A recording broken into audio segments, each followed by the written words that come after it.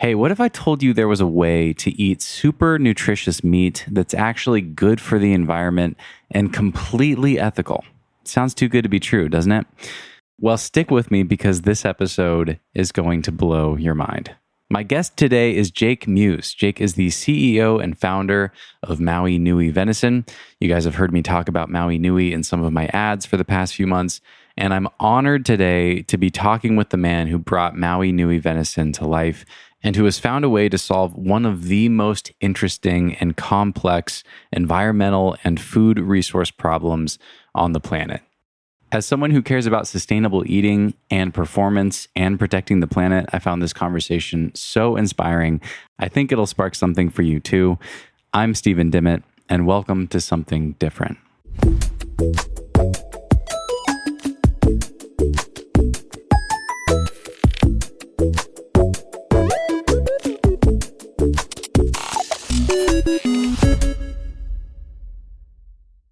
Jake Muise, welcome to the show. Pleasure to be here, Stephen. Well, I'm very excited to have you here because I think our conversation today will offer a brand new perspective on eating meat and environmentalism and the Venn diagram of those two things, at least for some portion of my audience. And I have an interesting audience. You know, I have this audience, a lot of rock climbers listen to my show, and these are people who, on the one hand, are interested in health and performance and nutrition, and they've heard me talk about the paleo diet for years. You know, I've been talking about eating in an evolutionary aligned way and eating, you know, whole ingredients and whole foods that humans have been eating for millions of years. And that way of eating has changed my life and had a tremendous impact on me. And then on the flip side, you know, I, along with many folks in my audience, care a lot about the environment. We spend a lot of time in nature, and anyone who does that, you know, you start to appreciate these beautiful places that you get to recreate and hang out, and you want to protect them. And so when it comes to eating meat, the environmental piece always gets brought up, right? Like the simplest kind of straw man argument is like cow burps are driving climate change. There's that. But then if you like dig into it more, it's maybe not that, but then like, you know, we're growing monocrops to feed cows and that's not great. And feedlots have all these issues and things like that. So yeah, I'm excited to dive into Maui Nui's story because Maui Nui is truly this unique situation where we have this intersection between health, nutrition, and environmentalism. And if you guys, you know, buy meat, if people listening buy meat from you guys, they're actually helping solve this environmental crisis. I don't know if it's too extreme to call it that, but this issue that's been unfolding for decades on the island of Maui. So I wanted to start off just giving you the floor to share the story of Maui Nui Venison and the origin story in particular. Starting with these axis deer being brought to the island, what happened? Great intro. I think it's such a fun conversation I get to have it all the time, but there's always so much nuance when you get to talk to somebody else about it. So jump in at any time with hard questions or anything else. All right. So axis deer introduced in the late 1800s to one island in Hawaii, the island of Molokai. They were brought in by the then King Kamehameha V, I believe. And they were brought in as like it was partial gift, but partial food resource. He put them in a very particular island for them to like proliferate and grow as a food resource, but without a clear understanding of like the collective impact. Kind of to start this conversation, because people may be familiar with deer in different places. One of the things to like tee everybody up with is axis deer are one of the few species in the world that can breed year round. So their population growth rates in Hawaii without predation and perfect weather is in the tune of like 30 to 35% a year. Whoa. And in most other places, doesn't matter if it's a mule deer in your backyard or elk, you're talking about like sometimes no growth with winter kill, but like maybe 3 to 4%. So not only did these deer get put in like a place that is perfect for growth, but they introduced an animal that is like much more prolific than most animals. Yeah, if you think about that compounding growth of 30%, that adds up really quick. So I think it's an interesting place to start because a lot of what's happening in Hawaii and on Maui is very, very unique. it's not necessarily something that's happening in different places. Mm. And we hear that, like my wife translates old Hawaiian newspapers. Like we hear stories as early as like 1910, like them having to remove like thousands of animals from the forest only like 30 or 40 years later. We hear stories in like the territorial government and legislative sessions on like them destroying forests. Like this has literally been a 100+ year conversation of how do we manage these animals? How do we reduce total numbers so they're not creating such ecological like damage and issues? But more importantly, how do we use them as food? Because here's what's so interesting. Humans are really interesting. And I think a lot of humans operate from a place of scarcity, right? Will there be enough? Will there be enough money? Will there be enough food? Will there be enough water? And when you introduce something that is so abundant, and especially as a food resource that is like available to everybody, this is not like an animal that's like sitting on somebody's private property that nobody has access to. This is an animal that has like spanned entire islands. Essentially, like anybody can hunt it. There's this duality in thought process of like, it's clearly causing massive ecological damage, but it's such an abundant food resource when there are so few things in our life that are abundant. Mm. And it's this like duality in thought process that has been it's been part of the hardest part of the problem to solve in trying to figure out how we manage them and find balance. Mm. So I was introduced to this animal on the island of Molokai as a food resource. It was not introduced to me as an invasive species. Mm. It was introduced to me as this like amazing, I was only 20 at the time. So like first and foremost, like this amazing like recreational thing that you got to partake in, that was an incredible food resource that fed everybody on the island, essentially. Were you a hunter? How did you get involved with this in the first place? Yeah, so great question. Growing up in northern Alberta, right up along the Northwest Territories boundary, we were 9 hours from another town. So like I ate moose meat and pheasant, like my whole life growing up, I ate wild game. And it was, it's interesting. I hadn't even thought about this. I think I'd only hunted once before. I wasn't actually a hunter, but wild game was like food. It's like growing up for me. So it was a food resource first and foremost. I think I became like a recreational hunter when I finally got to Hawaii, realized that like this thing was there, and ended up like meeting my roommate who was from the island of Molokai. And it got more important really quickly after about, I think I was a volleyball player at the University of Hawaii, and I think your first 2 years you don't take anything seriously. But in my third and fourth year, I was trying to make our Olympic team for Team Canada, and I like was really starting to focus on performance. And I was noticing when I had like a freezer full of venison and how I felt versus going to the cafeteria. Mm. And I remember like thinking like I have to stop going to the cafeteria. Like if I'm going to make the gains that I need to, like I can't keep defaulting to whatever the mashed potato, like who knows what was in there. Right.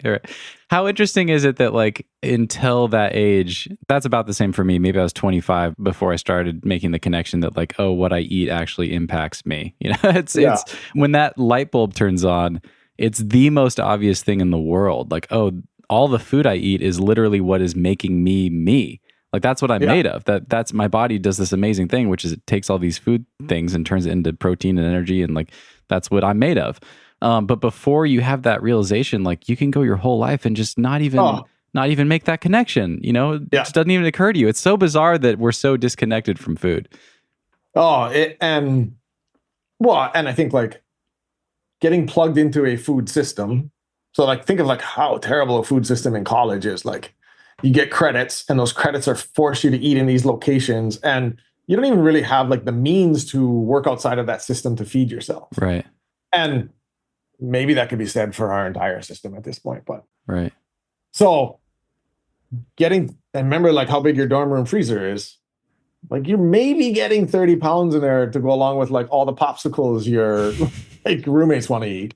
But I remember these cycles of like having it, knowing how much better I felt. Like I think it started initially with like my gut. Like my gut felt better and I would eat more of it. And then I was like, oh, am I recovering better? Do I feel stronger? Am I sleeping better? And when I started getting serious and like doing my own research about like, I need to be here to make my Olympic team and do these, like, you just start paying attention a little bit more. So anyway, that cycle of, I could only go back and bring 30 or 40 pounds and I knew I'd feel great. And so it started a cycle of like, I want to go back more often. And it really was the transition where this conversation of Axis Deer for me was like, this is incredible food resource that I'm so lucky to be able to call on. And so it started this cycle of like, I just need it all the time. And I think like my relationship with this animal as an incredible food resource, I think has really built a lot of who Maui Nui is, and our like orientation to this animal as not an invasive species, although it's doing like we'll talk about like pretty crazy ecological damage, but as like a food resource that we wanted to have more people, like have it be available to more people. Yeah. Yeah. I love that. Yeah. Was your interest in going to that other island when you were in college as a volleyball player and participating in these hunts or whatever you were doing, was that connected to what you were studying? Like what sparked your interest in that in the first place? Yeah. Good question. I think the interest was, what was the best word here? Pretty shallow to start. All my buddies, same thing. Like you're 20 and 21. Like my roommate was from Molokai. I was then on the east coast of Canada. My family had moved to the east coast of Canada. So it didn't matter if it was like Thanksgiving or Christmas and I was broke. Like I couldn't go home. So what I started doing was just going with them. And this is a very small island, like 10 miles by 30 miles, 6,000 people. And I was so lucky to be, they call it Hanaid, but like I was so lucky to kind of be adopted by this family. And they just like took me in and I just did what the family did. And the family, this particular family did a lot of hunting to feed a lot of people. Mm. One of the things that they found the most value in and they were known for is they would make coolers and coolers and coolers full of like meat. And then they would go hand it out and they would do this like once a month. So I got to be a part of kind of growing up again in Hawaii with this amazing family. And it was much less about like the recreational pursuit of an animal and very much about like using this resource to feed a whole bunch of people. Yeah. Yeah. Yeah, that's great.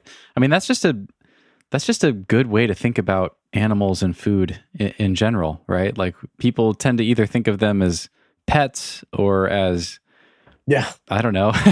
Yeah.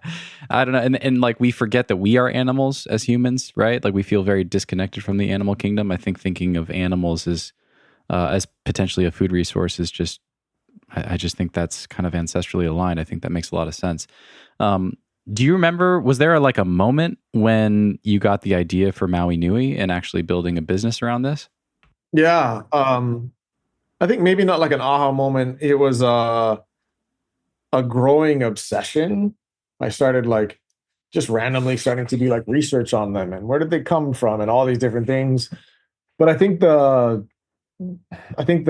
if I had to like pin it to a moment, so it was in like, I think it was in the beginning of my fourth year. And I was like really focused on like performance that year. And ultimately like that was the same year that I needed to qualify for our Olympic team. So like was really, really focused and went home. I call it home, but went to Molokai to hunt with the family. And we went to like our regular area. And I didn't know, but there had been a pronounced drought for a very long period of time. And came around the corner and saw all these animals laying down. And I was like, oh, great. They don't know we're here. This is going to be good. And realized very quickly, like, oh, they're not moving. And within a span of like 5 minutes, realized, oh, there's 100, 150 deer like laying here dying of malnutrition. There was literally nothing to eat. and they're isolated to an island. It's 10 miles by 30 miles. Like, they have pretty fixed home ranges, although they'll go a bunch of places. They were going through a die-off. They had like kind of literally eaten themselves out of house and home. There wasn't anything left to eat. There wasn't like any like rain on the horizon. Like, they were dying of malnutrition. And I just remember like, and so they weren't healthy enough to eat. Mm. We were concerned with like disease. And I was just like, wait, what? This is how this resource is managed? And it was like the immediate realization, like, oh, we're not going to be able to do this. We actually had to go to another part of the island that still had like, we had to go way up in the forest where there was still feed. But in these drier areas of the island, these deer ended up there being, so there's a pronounced die-off. I'm sure 10 to 15,000 deer died. Wow. And that cycle, as I learned later, was what was currently the management tool. Just let them proliferate and do their thing until they eat themselves out of food, and then there's a massive die-off and they all starve. Yeah. And you're just like, wait, you're like, but this is such a valuable thing for community, and this can't be the answer. And it was the answer for 140 years. Mm. I think that's for me where I was like, it started that like small spark of, well, could there be another way? What would it have to look like so that like even in pronounced periods of drought, we had the tools and systems available to like harvest enough of them to find balance, with knowing balance would always be fluctuating. And I'm a bit of a crazy person. Like, that was 19, 20 years ago, and have been like irrationally obsessed ever since. Yeah. Like, what is driving that? Like, just how do I solve this problem? We must find a better way. We're like wasting and losing an opportunity here with this food resource. Like, what do you think is the driver of that obsession? If I'm being really honest, I think it's like half and half. It's half. It is like, it's such an important resource to such a isolated community. We're the most isolated landmass on the planet. So it doesn't matter if you're thinking about food systems, food security, like all of these different things. And those have been exaggerated and very pronounced with COVID, and, more recently with some pretty drastic fires that we've had about a year and a half ago. Like, we are extremely, what's the right word? We're just always constantly at risk as the most isolated landmass on the planet. Vulnerable, maybe. Yeah, vulnerable is the word. And then the other half of it is, if I'm being honest, is I love solving problems. Mm. And this is probably one of the most complex problems. It's the most complex problem I know of in how it integrates like the required systems and understanding and working with the USDA, but also understanding culture and community. Like, the Venn diagram of what it takes to get this done every single month is crazy complex. And I honestly love working within that problem set and solving those problems. Oh, let's double click on that. I would love to hear you describe some of the challenges. Like, intuitively, one of the first things that I was curious about when I started talking to you guys and learned about you guys was, well, this is so interesting. Like, you built this successful business and you want to grow this business presumably and like advertise and get the word out, but then like you're in this unique situation where you could feasibly be so successful that you work yourself out of a job. Like, you wouldn't want that either. You wouldn't want to harvest every single one of these animals and then not have a business anymore. It doesn't seem like that would be a good goal, unless that's what's best for Maui and these other islands. But so that's kind of intuitive. And then with that, it's like, well, then you have to figure out the problem of what does healthy balance look like, and then how do you even track that? Like, how do you keep track of how many deer there are on any given island at any given time? Like, that must be really complicated. These aren't animals that are, fenced into your pasture that you can just go out and head count. Like, so how are you doing that? So those are some of the things that immediately like sprung to my mind. Like, oh wow, this is really fascinating. What a unique business. And then of course, you briefly mentioned the USDA. Like, you can't just go hunting in the woods and then like build a food company around that has all of the certifications you need to sell food online. Like must be complicated as well. You're not like in a slaughterhouse that OSHA can come and inspect or any of these sorts of things. So how does that all work? So anyway, take us through some of the problems and challenges that you face on either a daily basis or some of the problems that you've overcome along the way as you've been building this business. Yeah, I'll keep it to the big ones, or this is going to be a 10-hour podcast. So kind of the first major like problem solution is like defining and maintaining balance. And kind of what you alluded to is like, how are you going to do that without knowing? So what we've developed over the last now like 12 plus years is some of the most advanced mammal surveys we know are happening on the planet. I can talk through kind of like the whole origin, but I can tell you just where we are today, which is we have a full-time survey team that uses forward-looking infrared drones and artificial intelligence. We've built our own LLM like to help us plan, detect, count, differentiate. And you alluded to something which is interesting. You're like, oh, well, they're not like, you can't just count them. They're not just in a pen. We now have a livestock level understanding of axis deer populations. Wow. So about every 2.5 weeks, we rotate through our hundreds of thousands of acreage that we help manage. And so much so that last week, a rancher reached out. He's like, hey, I can't find this cow.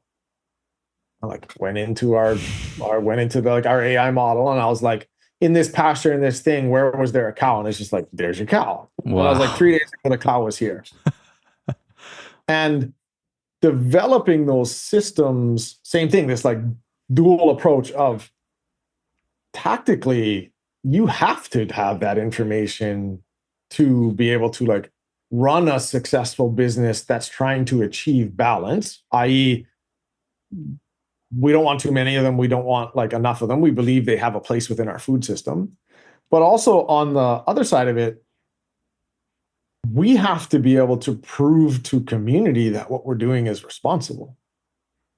We have to be able to prove like that this abundant resource we are not abusing. And that like, you can't do that without extraordinary data. So we've built what we know of as like one-of-a-kind mammal survey systems that allow us to make constant, well-informed decisions about managing axis deer populations in the different places that we work, because each of the land managers, landowners, like they all actually have different goals for axis deer on their property. So we work collaboratively with them to say like, in this area, this is how many deer we want, which is completely different than maybe another area. Why is that? Because some areas need more grazing for their own animals or things like that? It could be grazing, it could be forest restoration, could be corridors, like water corridors that significantly impact like reef systems. So like trying to keep more animals out of the areas that will ultimately like create erosion for reef systems. There's like a whole host of reasons. You can't do that unless you know how many animals you have and how your management is impacting the total number of animals. So that took a long, long time to be able to get there. So now we are actually we're like on every essentially like 3 to 4 weeks, we're able to answer the question, are we balancing populations? And I think I got most excited when we really were able to start conveying all that information, everybody was like, axis deer is a problem, axis deer is a problem, axis deer is a problem. And they stopped being a problem when our community and our large landowners had a choice. So if you truly have a choice, i.e., we had the capacity to harvest enough animals and we knew how many there were no longer a problem. They were, we kind of like think of them as livestock now, which is kind of crazy.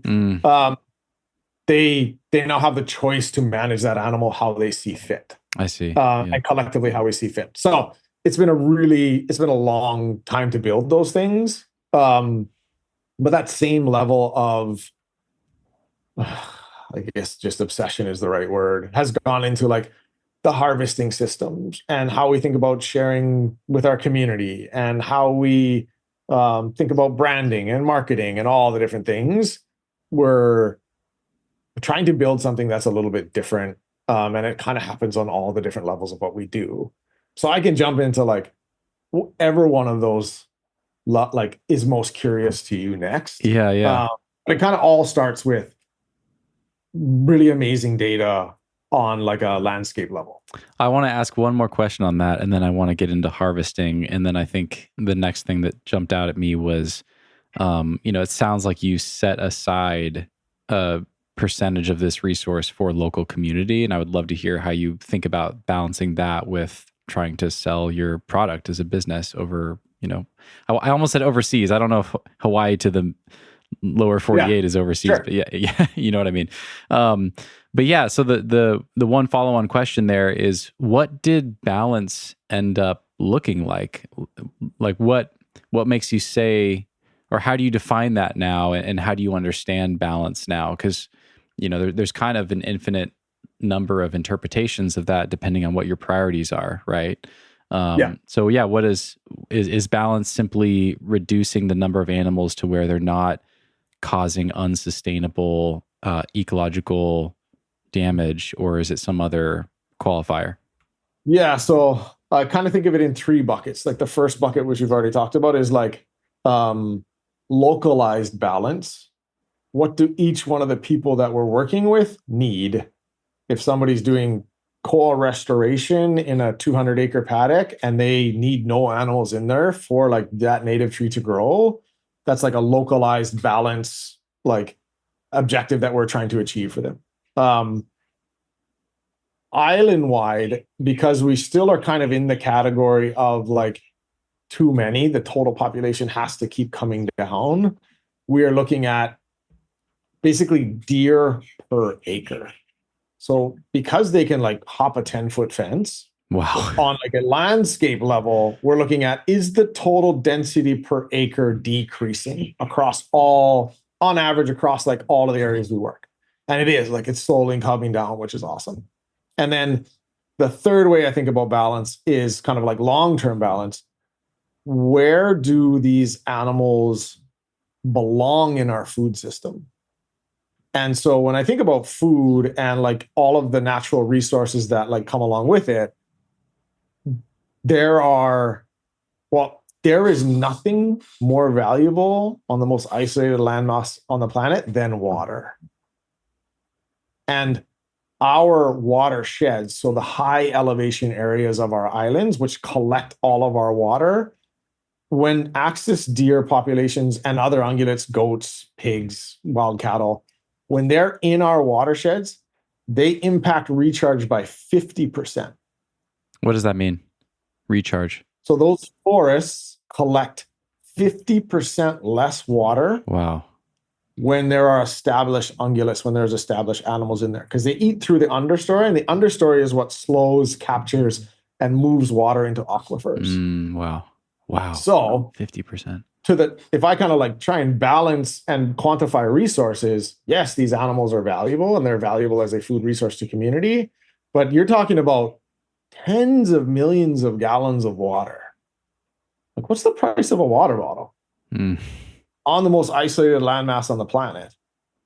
So we think about so long-term balance, we think about where is best for community and ecology and ecosystems. Like, where's the best fit for them, and that's in our food system. So it's in these like mid-elevation ranges that is where we grow all of our food and make choices about like what we grow to create food. And so it means they can't be way up high in our watersheds, and they need to be at densities within our food systems that they aren't having substantial ecological damage. So I don't know. I hope that answered your question. Like localized balance, like intermediate short term, like the big landscape level, like is total population starting to come down across all decision makers? And then long-term balance, where do they belong as food for community? Yeah. Do you think, like, do you have a bottom line that you've calculated or have in mind? Like, could Maui Nui Venison ever work itself out of business? So I think yes and no. Ultimately, that decision's not ours. The decision on, like, think about like a cattle rancher or somebody else, like they grow grass. And what they decide to do with their grass is up to them. And so we have cattle ranchers that have long-term goals to have very small populations of deer. We have cattle ranchers that are already reducing cattle numbers so that they can attract more deer with grass. How does that work? Do they get some percentage of? We pay all of the cattle ranchers. Wow, incredible. So to a fault, 12 years ago when I started this, from day one, we made sure we paid the cattle ranchers a price per pound, or the large landowners we were working with this, because we believed they had value. And without that, there would have been no relative value to those people. Because we believe long-term, they have a place within our food system, because we can actively manage them to areas that, like, you can make a choice to the overall number of deer. And so for some cattle, like for some ranchers, these wild grazing deer, which we have a livestock level understanding of, are more profitable than their cattle. Wow. They've just outsourced their job to you. Yeah. That's fascinating. Yeah. And there are parts of our community that, like, they want to run a cattle ranch and they want to be cowboys, and they believe like that's fine. Like, that's the path forward for them. And we support that. We support whatever density they believe is most appropriate. And our job is to create as much value in that process. Doesn't matter if it's for somebody that wants potentially more deer and somebody that wants a lot less. And we will be right back. It's summertime and it's getting hot. We've already had some days in the 90s here in Washington State, and I don't have air conditioning in my little cabin. I'm sure many of you can relate. And if you can, you'll know that the worst part of not having air conditioning in the summer is sleep. It's hard to fall asleep when it's hot. You can leave the windows open and have fans on all over the house, but sometimes that just doesn't cut it. And I know how much it sucks to be hot and sweaty and toss and turn all night when it's warm outside. I finally bought a Chilipad, and I really mean this. It's the single best investment I have ever made for my sleep. I have the Chilipad Cube, which is essentially a thin temperature-controlled pad that goes over your mattress topper but underneath your bed sheet. Mine is about the size of a rectangular sleeping bag, but they also have larger ones for couples with individual temperature controls for each side of the bed. So if your partner likes it colder than you or warmer than you, this completely solves that problem. And it works. I've been falling asleep faster than ever. I haven't woken up hot and had to kick blankets off or any of that stuff since I got it. It really, really works. I like mine between 67 and 70 degrees, depending on the night and how hot it is. When I lay down on that thing, I can feel my body temperature come down, which is really important for sleep. But everybody's different, and the Chilipad has a huge range from 60 degrees all the way up to 115. So no matter what sleep temperature you like, this is a great option year round. Use my special link in the episode description to save 20% off any of Chilipad's bed cooling systems. That's over $100 you'll save if you get the one that I have, and you'll save a lot more if you invest in one of Chilipad's premium sleep systems. They have ones that track your sleep and all sorts of fancy stuff. Again, use my special link in the episode description to save 20% off any of Chilipad's bed cooling systems. I wish you consistent, high-quality sleep. Thank me later. Gentlemen, I've got a question for you. Do you know what chemicals you're putting on your balls? I'm talking about underwear, and unfortunately, I hate to say it, conventional big brand underwear often contain harmful chemicals and toxins that can be absorbed through skin contact. God damn it, right? Now we've got to think about underwear. Well, do not fear, because NADS organic underwear is the clean, healthy home your balls deserve. I recently needed to replace a bunch of my old ratty underwear, and I actually saw an ad for NADS on Instagram. So I figured, what the heck? I'll try them out. 100% organic cotton sounds great. I love them. Maybe you don't care about chemicals or fabrics or any of that stuff. I'm telling you, they're my favorite underwear I've ever owned. I'm a boxer brief guy, all black, because black is classy, makes me look more tan than I am, which I love. NADS are perfect. They provide enough support without being restrictive. They're the softest and most comfortable underwear I've ever owned. I use them to work out as well as for everyday wear. I have zero notes. They're awesome. They also have a classic boxer and a shorter cut trunk, if that's your thing. And they have a no-fly version of their boxer briefs. So pick your preferred flavor. Use my special link in the description below, or go to nadsunder.com and use code Steven to get 15% off your order. That's Steven with a V. Again, use my link in the episode description below, or go to nadsunder and use code Steven with a V to get 15% off your order. Give your boys the home they deserve with NADS. And now, back to the show. Okay, so let's dive into harvesting. I think anyone listening at this point that doesn't already know how this all works will just be raising an eyebrow going like, wait, what happens next? That you don't have a slaughterhouse. You can't use sheepdogs to get all the access deer to come in, for harvesting. So how does this work? Take me through it. Again, like another long 12, 14-year system that was built. But for everybody to kind of understand, I get up at 8:30 p.m., make some coffee. Like, we do all of our harvesting at night. Why is that? Well, two reasons. One, food safety. The overall temperatures in Hawaii are, we get like a solid 25, 30 degree swing at night. Fahrenheit. So from a food safety standpoint, when you think about like how long the meat's out and what you need to do, like, you get a lot more time to work with food when it's cooler. Second part, axis deer are actually primarily nocturnal. So they'll hide or bed down most of the day in dense cover or small gulches. And at night, they'll come out into the open. So we actually have more access to them at night. So we have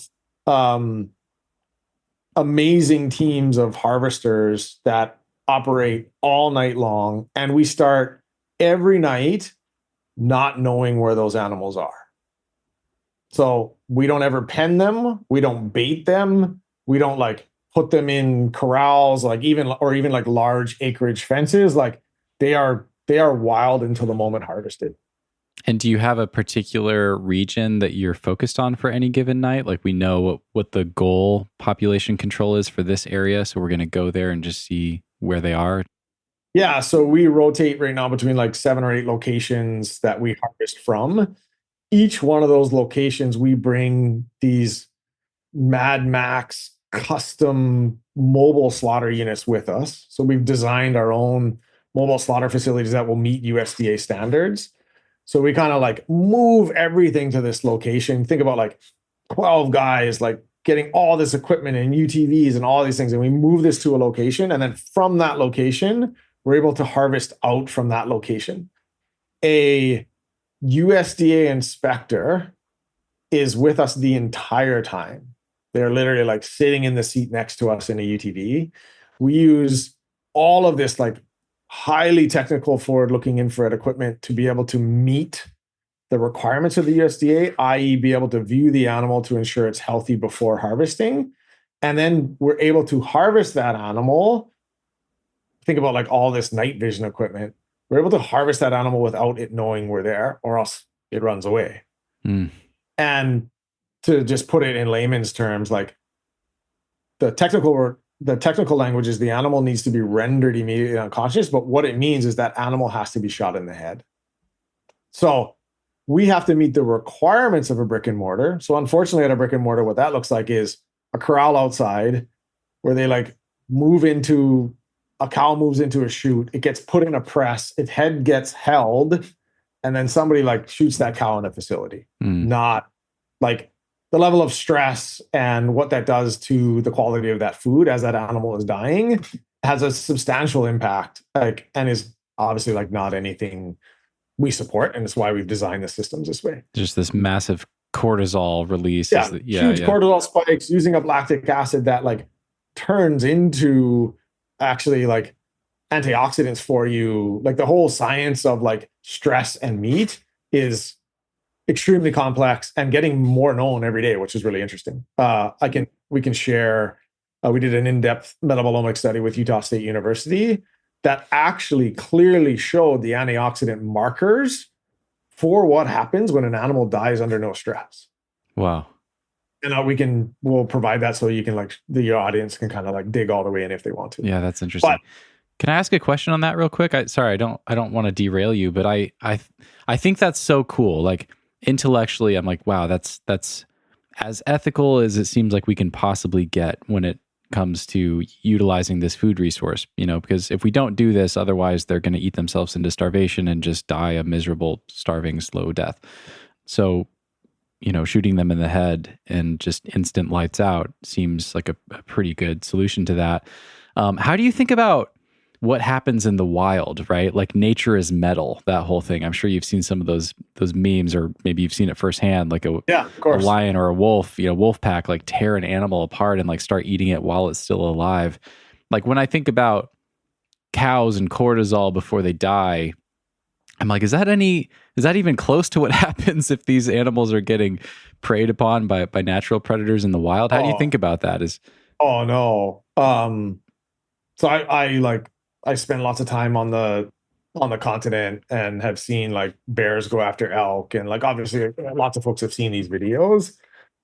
What a herbivore goes through in dying in nature is significantly worse than what a cow goes through in even like a conventional feedlot, and certainly significantly worse than what we do.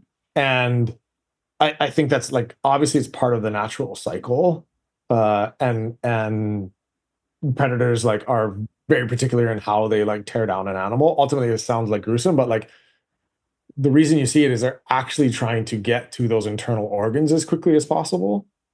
So like liver, heart, kidney, all of those organs hold significantly more nutritional value than all of like what folks would know as like meat. And so predators, when they do this, it sounds like terrible to talk about. Like the reason they are like kind of eat an animal alive is because they're fighting for those nutrient dense portions of the animal, which is again, like not a fun topic to talk about, but like something we've really learned as we've tried to figure out like, how do we use all this animal to, the fullest? Those internal organs are extraordinarily nutrient dense, to the tune of like they are the original multivitamin. And ancestrally, like that's why we always ate them. And it's the same reason predators go after them, unfortunately. Yeah. That's a great response. So what I'm hearing there, in addition to the obvious is that by minimizing cortisol with harvesting, you're allowing yourself to utilize all the muscle meat and the whole animal and just get the highest nutrient quality you can with everything and not just the organs. Yeah. Okay. Yeah. And I remember early on, even after some of the first USDA harvests, them being like, hey, this would be way easier even if you stuck them in like a 400-acre pen. And this just wasn't the right answer for us. Like we were like, how do we design systems that allow this animal to be wild until the moment's harvest, and not systems for, you know, a few deer a night, systems for tens of thousands of deer over the span of a year to actually balance populations.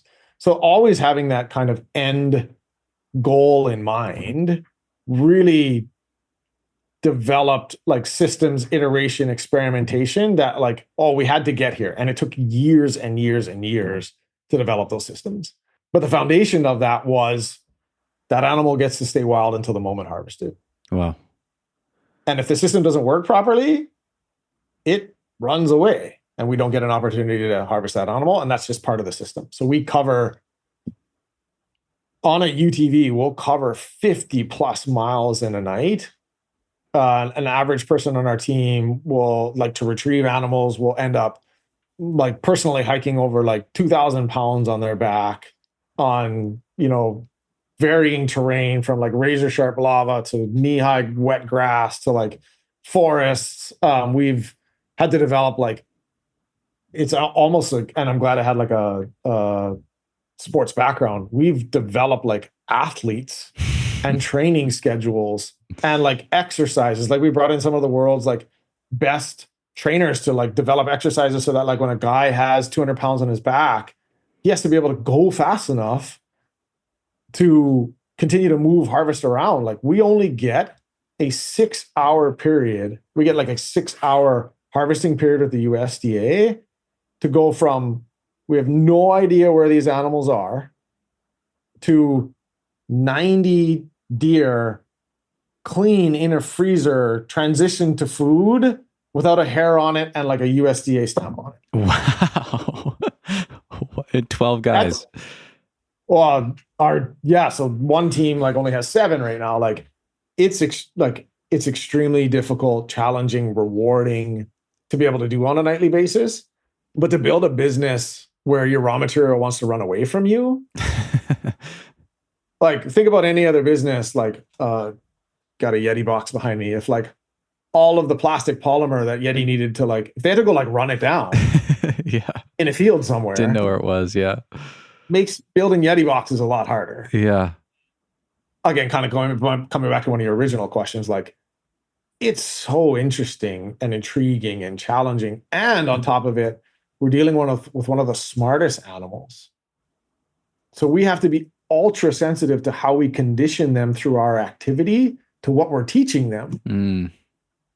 So like we are like looking at like through both the survey model, but we collect obscene amounts of data every night on like where we're seeing them, what was the occurrence, how many animals did we see, how far were they from the road. Like we have to also track what we're teaching them, like unintentionally, to not make our life harder, 2 years from now. Right. They hear the sound of an ATV and they know to go so we hide are in a bush or something. Like we're varying locations by electric UTV, gas UTVs. We're varying locations by like drone size and relative noise. We're varying locations by like caliber of rifles. We have areas where like guys aren't allowed to talk. We're incorporating like air guns. Like it's complicated. Wow.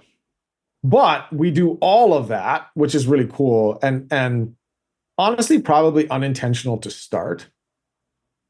All of that is what actually translates into like super nutrient dense food. Mm.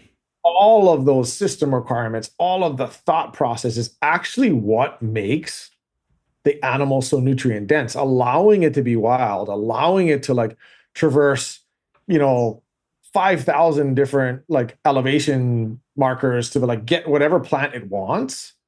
And wild until the moment harvested, all of those systems is what makes it such a great product. And we didn't know that was going to be true when we started building the systems, but now we know how important those systems are to produce such a great product. Mm. And, it points to, I'm sure it'll come up eventually, but like regenerative agriculture. Yeah. Regenerative agriculture is just, are you willing to obsessively care for your place to make it as healthy as possible to produce nutrient-dense food? Yeah. And that requires just a whole bunch of extra work in order for that to happen. And so we can think of it the same way with us, is like we put in a whole bunch of extra work up front to create nutrient dense food. And that's kind of how I think about, for us, we call it the nutrition of place. But that's what I think of regenerative agriculture as, is like it's nutrition of place, and how well you care for your place is how nutrient dense your food will be.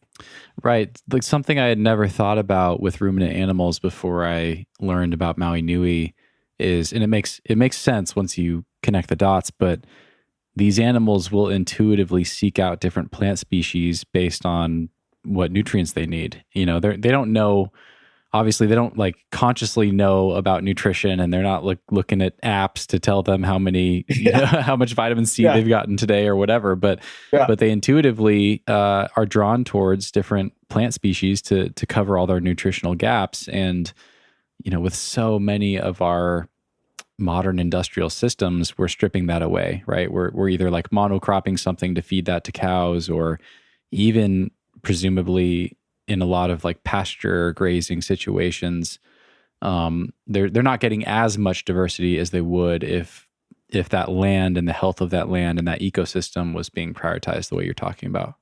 Yeah, and you're true in a farm pasture situation. You're choosing what they eat through the grasses you grow, which you're making an assumption what you believe, like, oh, is this a pea protein? Like, how do I? And they are most often trying to build an animal to fit the food system, i.e., like trying to build an animal that fits the appropriate weight, that fits into the rest of the food system for processing. Our animals are like all sizes when we harvest them, essentially, right?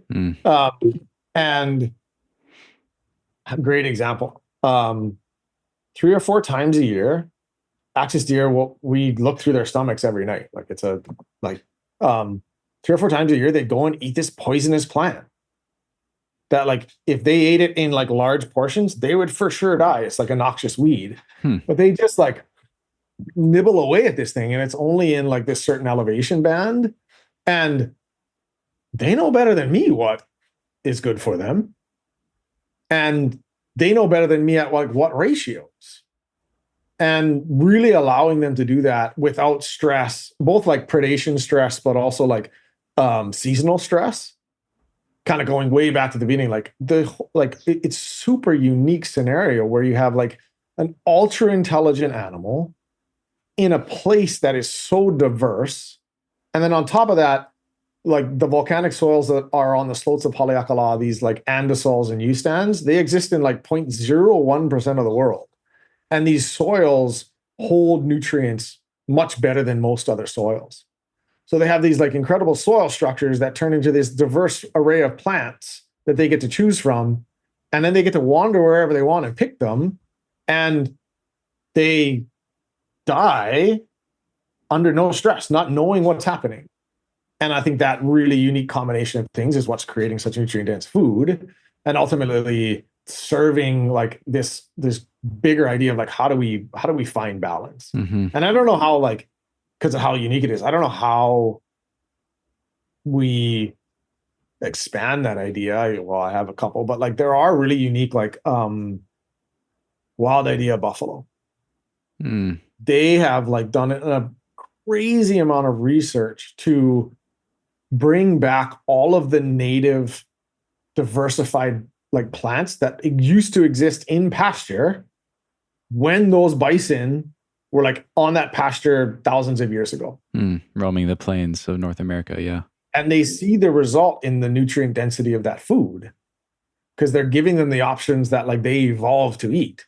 I think the vast majority of like cow species did not evolve to eat like the pasture that's put in front of them, right?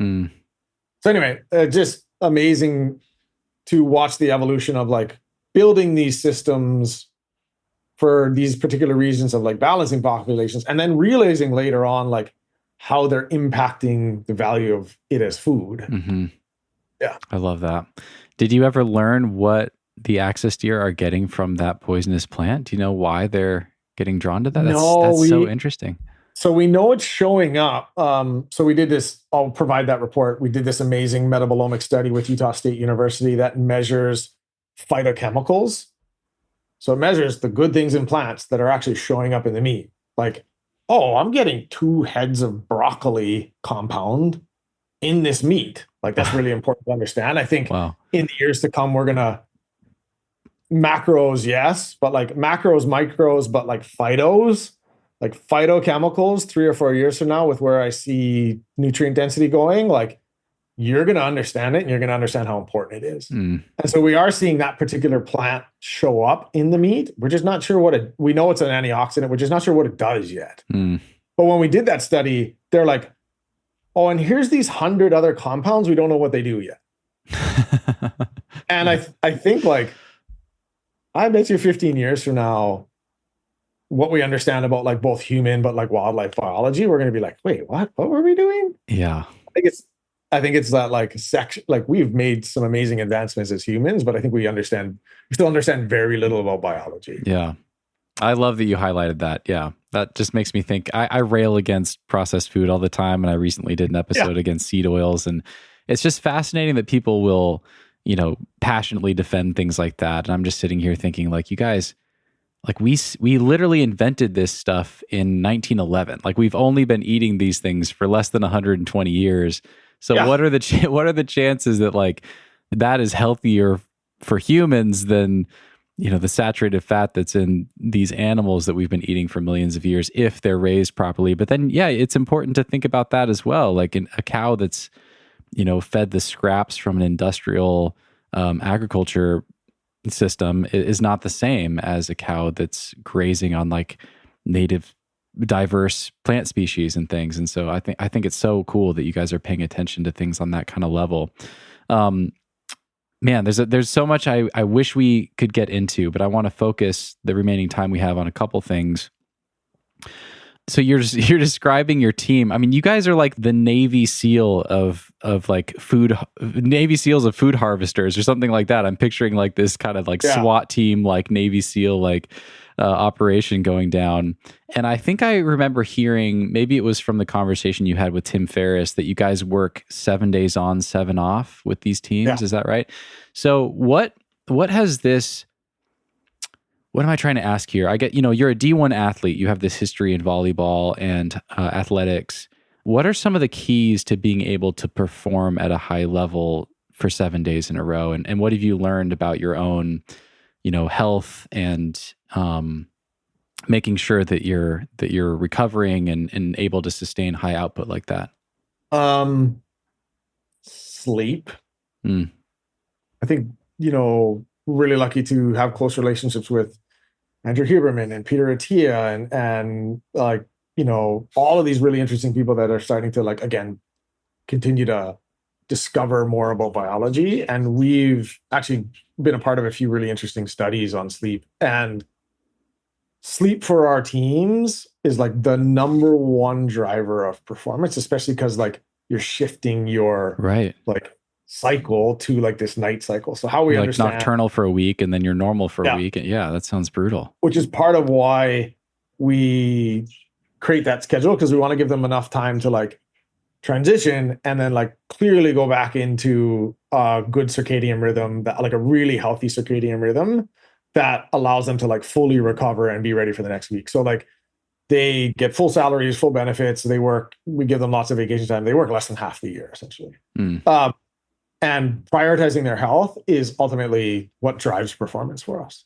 So when they're working with us, like they're 7 days on, we've got, think of it as like a university dorm room plus like athletic facility. So we've got like all these tiny homes that are like blacked out and they have AC. We have like the right types of lighting in their enclosed areas. We've got cold plunges and saunas and like massage. Like we're prioritizing like what they're eating. We're making sure to include like large doses of creatine when they wake up to engage like a lot of that brain activity and health and make good decisions. We're like driving them away from caffeine and pushing them towards like complex carbohydrates for like better decision making. Like Jeff Byers, founder of Momentous Supplements, is like a good buddy of mine. They brought in their team to help us like optimize them as athletes. And guess what? You get a lot more deer that way versus a guy that's going to wake up, Monster Energy drink, and just like hope for the best.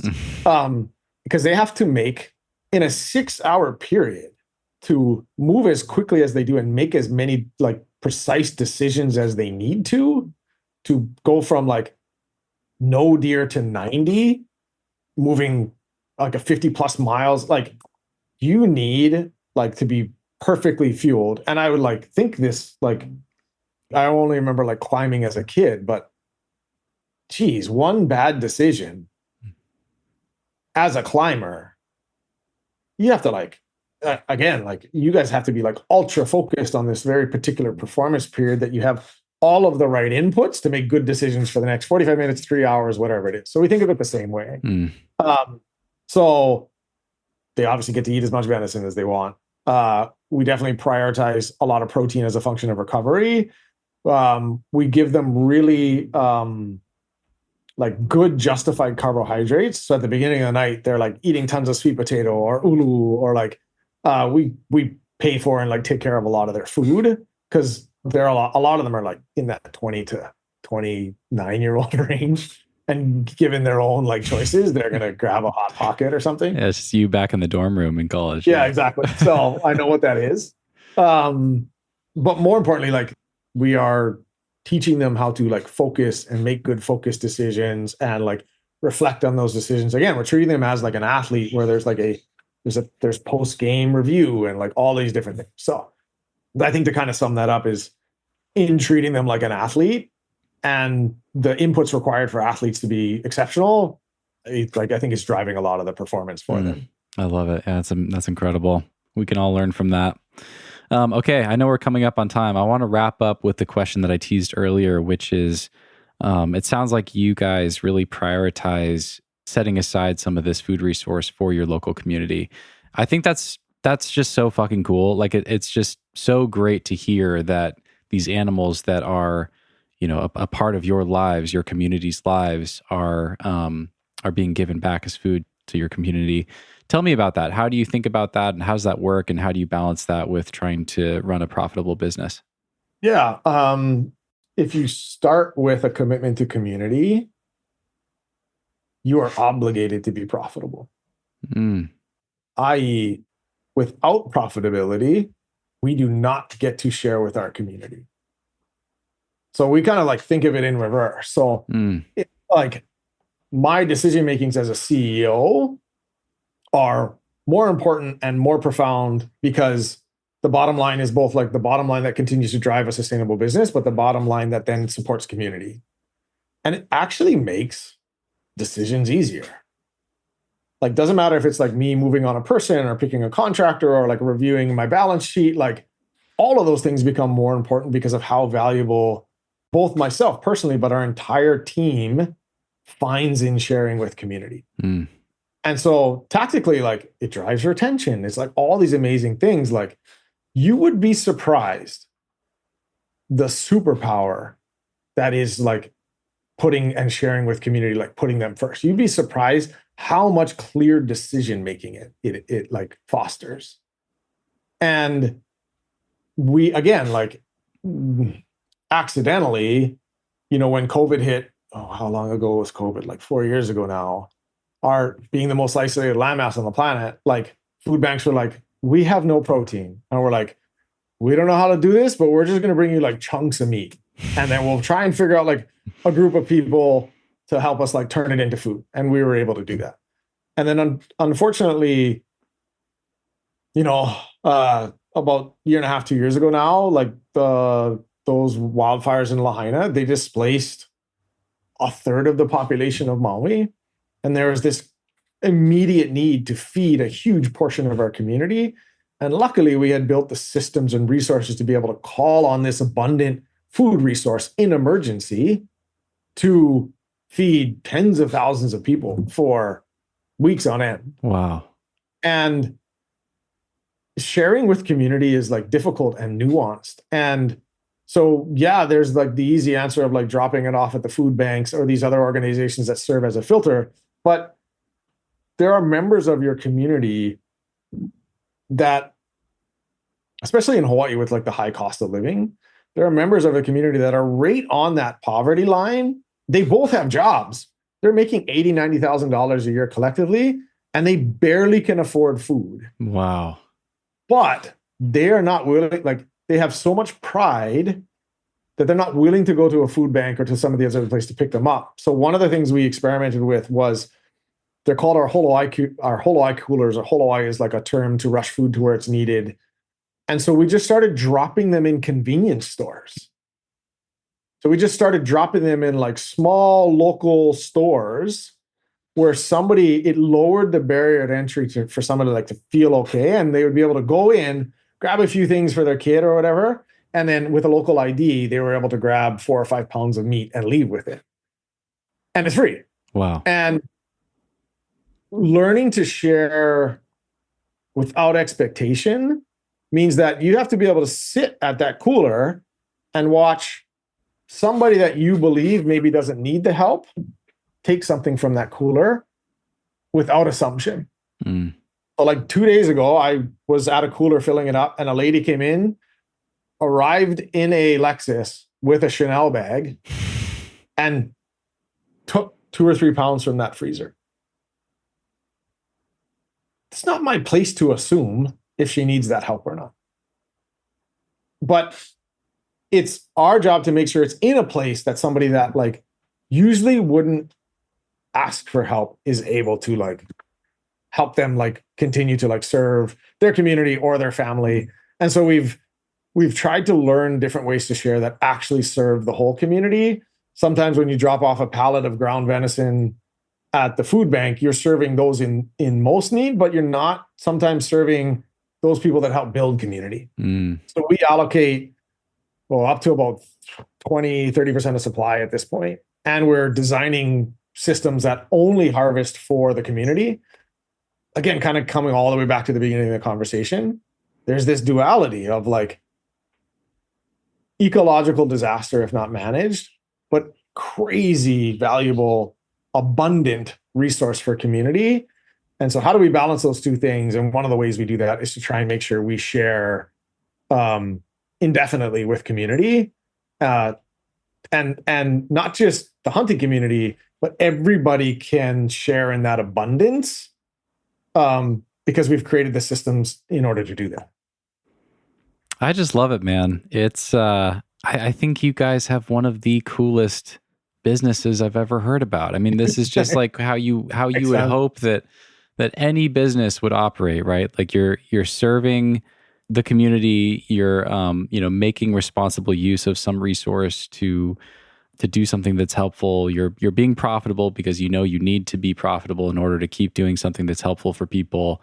I mean, that's just best case scenario across the board. It's just so awesome what you've built, and it's an honor to talk to you, man. Thank you so much for coming on here and for helping give more context, because I've been talking about you guys for the last few months on the podcast, and you can only say so much in an advertisement, and some people want to skip it anyway. And I'm like, no, this is a really cool story. I want you guys to hear this, and like, hopefully it shatters some perceptions that people hold.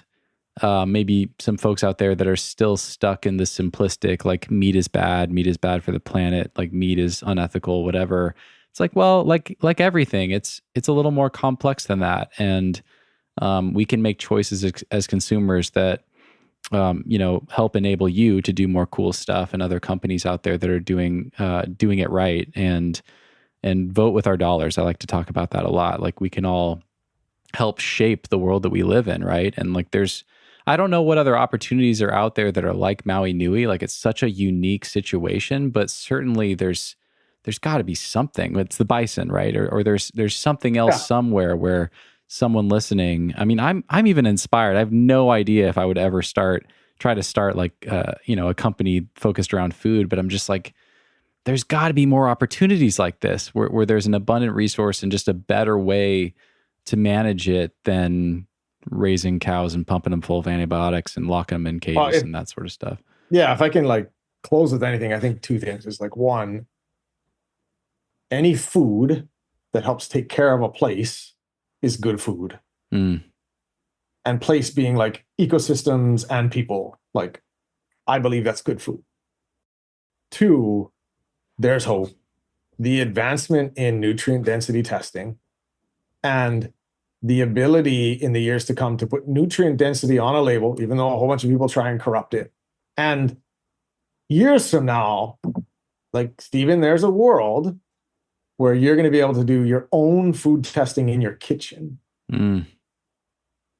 So what if you knew how good that food was for you and you could do it like right in your kitchen? You're going to make like the choices you make based on how nutrient dense that food is, which means how well cared for a place was. You're going to have that option. That is going to completely shift our food systems. Yeah.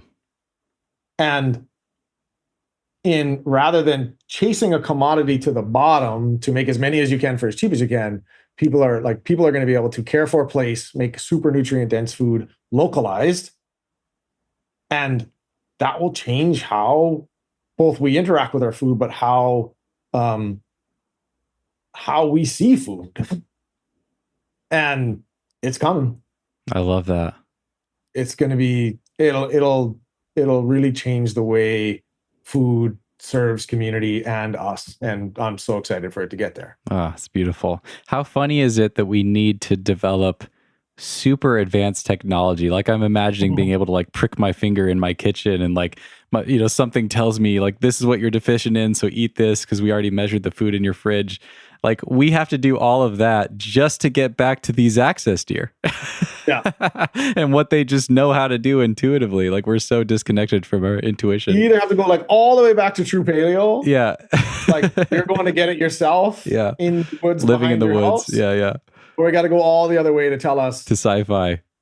Was this thing well cared for? Is it nutrient dense? So I can make decisions about like purchasing. Yeah. Yeah.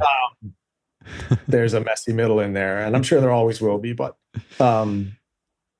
giving anybody like more tools to make great choices about food is going to be a good thing.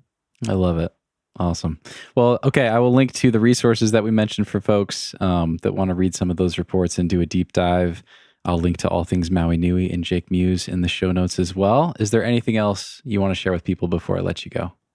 No, really appreciate listen to several of your episodes. Love like that you move out past climbing. I think they're all really important conversations. And appreciate the opportunity to share a few stories. Oh, I appreciate it, man. Yeah. Honored to talk to you. Thanks again for doing this. And for everyone listening, hope you enjoyed that. Again, I'll share links to everything in the episode description. Much love to all you guys, and we'll see you next time. All right, what did you think of that, my friends? Did it change any of the beliefs you hold about eating meat and the environment and what it means to be ethical with your food choices? If it did, I would love to hear about it, and I would love it even more if you shared this episode with a friend and used it to strike up a conversation. My main reason for doing this episode is to help spread awareness about this brand that I think is doing really cool things in the world. I want to support these guys, so share this episode, talk about it, and I'd love to hear what you took away from this conversation. And if you want to try some venison, head over to mauinuivenison.com/Steven to save a little money on your first sample pack and to try out some of my favorite products. Their meat sticks are an amazing source of protein if you're on the go. They're my favorite meat sticks that I've ever had. And the fresh cuts and ground venison that you'll get if you get a starter box are amazing.